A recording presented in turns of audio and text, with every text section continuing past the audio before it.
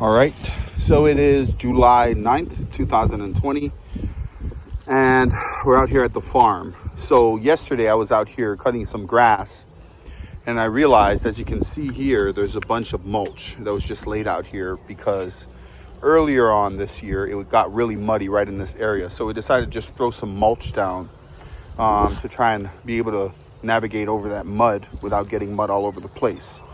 But as you can see, a lot of this mud has gone ahead and composted. Really good stuff. But also you can see random plants growing inside this mulch. Right here, I'm pretty sure, is a hibiscus plant.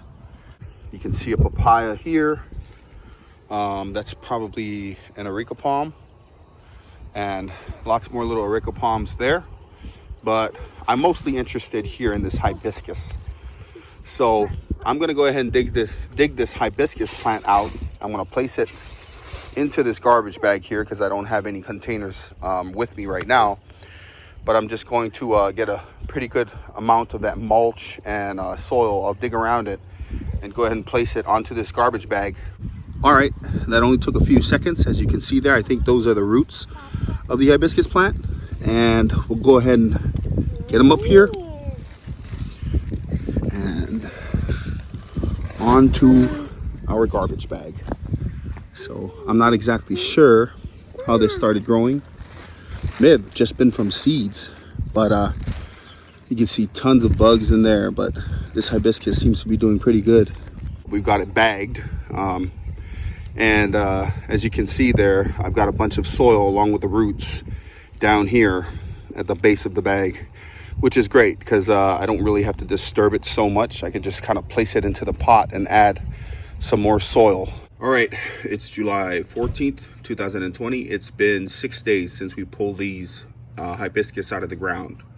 When we first saw them, I thought it was one plant that branched off into two, but when I pulled it up, looking back at the clip, it looks like they're two separate plants, maybe even three, so I'm not sure. I'm gonna be setting the camera down for this, and I'm gonna go ahead and just put them into either one pot or separate pots, depending on what I just said. So we'll pick back up and we'll see what's going on right after we get that done. All right, so here we have it. Turns out they were three separate plants, and I'm glad I got the smaller containers for it because I thought it was one large plant and I was just gonna put it into the large 7-gallon pot right there. So go ahead and take some of these larger leaves off.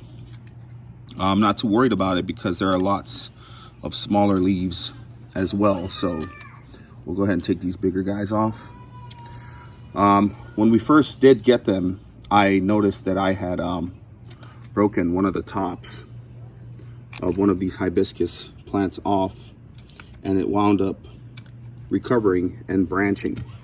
So I'll give you a close-up here of which one that is, and that is this one here.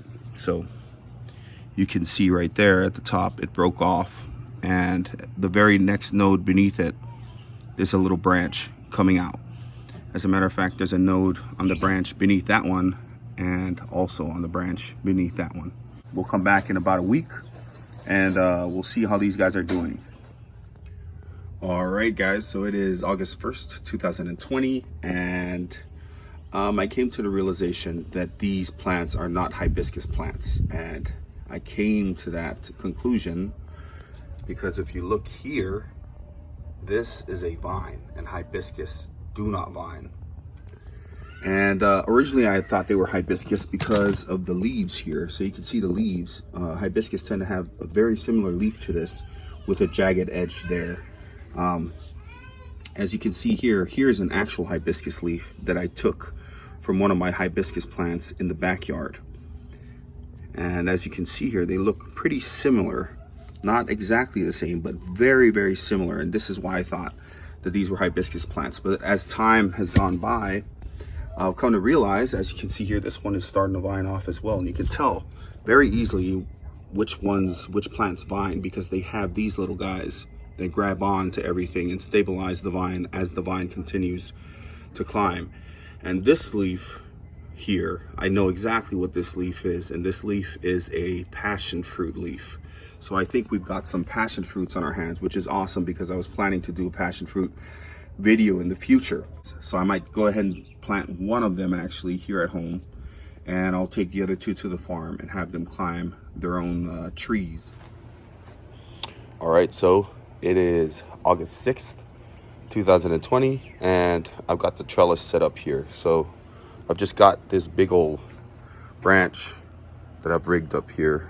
It's two branches actually, one thicker one and another smaller one, but I've got it wired onto here, so it's pretty solid, other than the fact that it waves a little bit if I shake it, but the wind shouldn't affect it too much because I've got it wired down there to that stake pretty well. I'm gonna set the passion fruit pot right at the base of this, and I'm gonna have it climb this trellis here. I'm probably gonna put something under the pot so that it stands a little higher up, because when I do transplant it, it probably would have already wound up all over this branch here, and I don't want to rip anything out. So instead of moving the whole plant and transplanting it, I'm just going to transplant it right in place into its new pot right here. All right, so I've got the passion fruit there. As you can see, I've got it set up on that upside down pot right there, and that's because when I do transplant it, the larger pot is going to set the lilikoi passion fruit plant up that high. So even though it looks like he wouldn't, I should probably train him onto this tree branch, he'll figure his way out, because as you can see here, these little twirlies will grab onto everything, and he'll just go ahead and climb this thing here. So but we'll go ahead and leave this guy here for maybe about a month. Depends on how long it takes for him to effectively climb this makeshift trellis we've created here. And we'll be back to see what he looks like then. All right, so it's November 10th, 2020, and it's been 3 months, a little over 3 months since we've been back here to the passion fruit. And as you can see here, a lot has happened in 3 months, so don't mind the clutter. However, the trellis here that we created for the passion fruit has worked out well. The passion fruit hasn't crawled out as much as I thought it would, but it has crawled out enough, and it has climbed up this trellis here. It's come to a point where it's noticed there's nothing else to grab on, so it just kind of stopped here. I'm debating whether to cut it down lower to see if it'll branch out.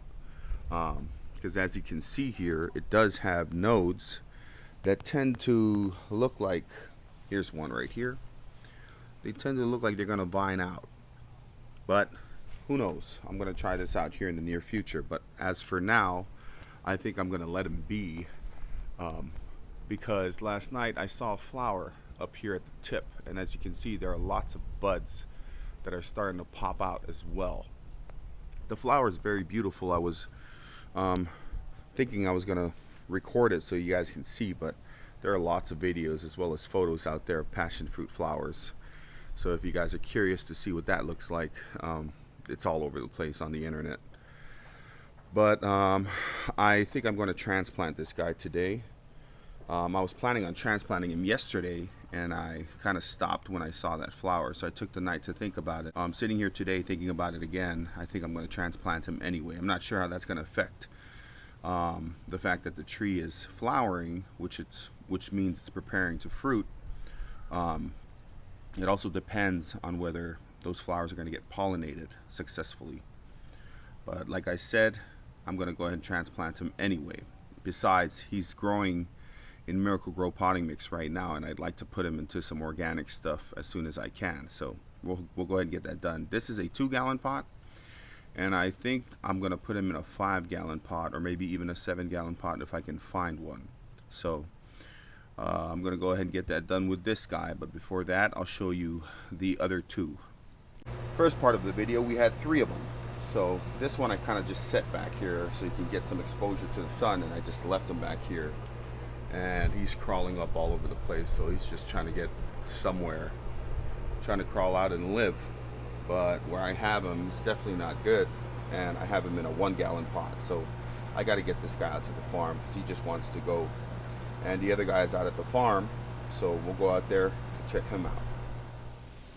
All right, so we're out here at the farm, and as you can see, that 1 gallon pot right there is the other lilikoi that was left out here. So I'm not exactly sure where he has crawled up to. It looks like right here, so you can kind of see this. I know it's kind of hard to see, but I think the top of his vine is right here. So he hasn't gotten too big, and that's because he's in that pot there.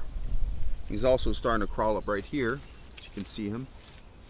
So we'll follow this vine right here, and it comes up to right there. That's the top of that vine.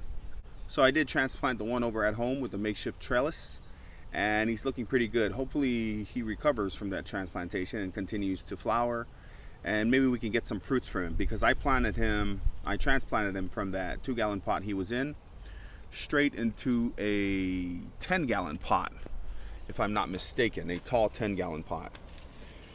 But I'm going to need to do some work with this guy out here. So there'll be an update here in the near future, maybe next month, or if that lilikoi winds up having fruit before then, we'll have that update then. But we'll leave the video there for now, and we'll come back when that happens. Thanks for watching, guys. We'll see you in a bit.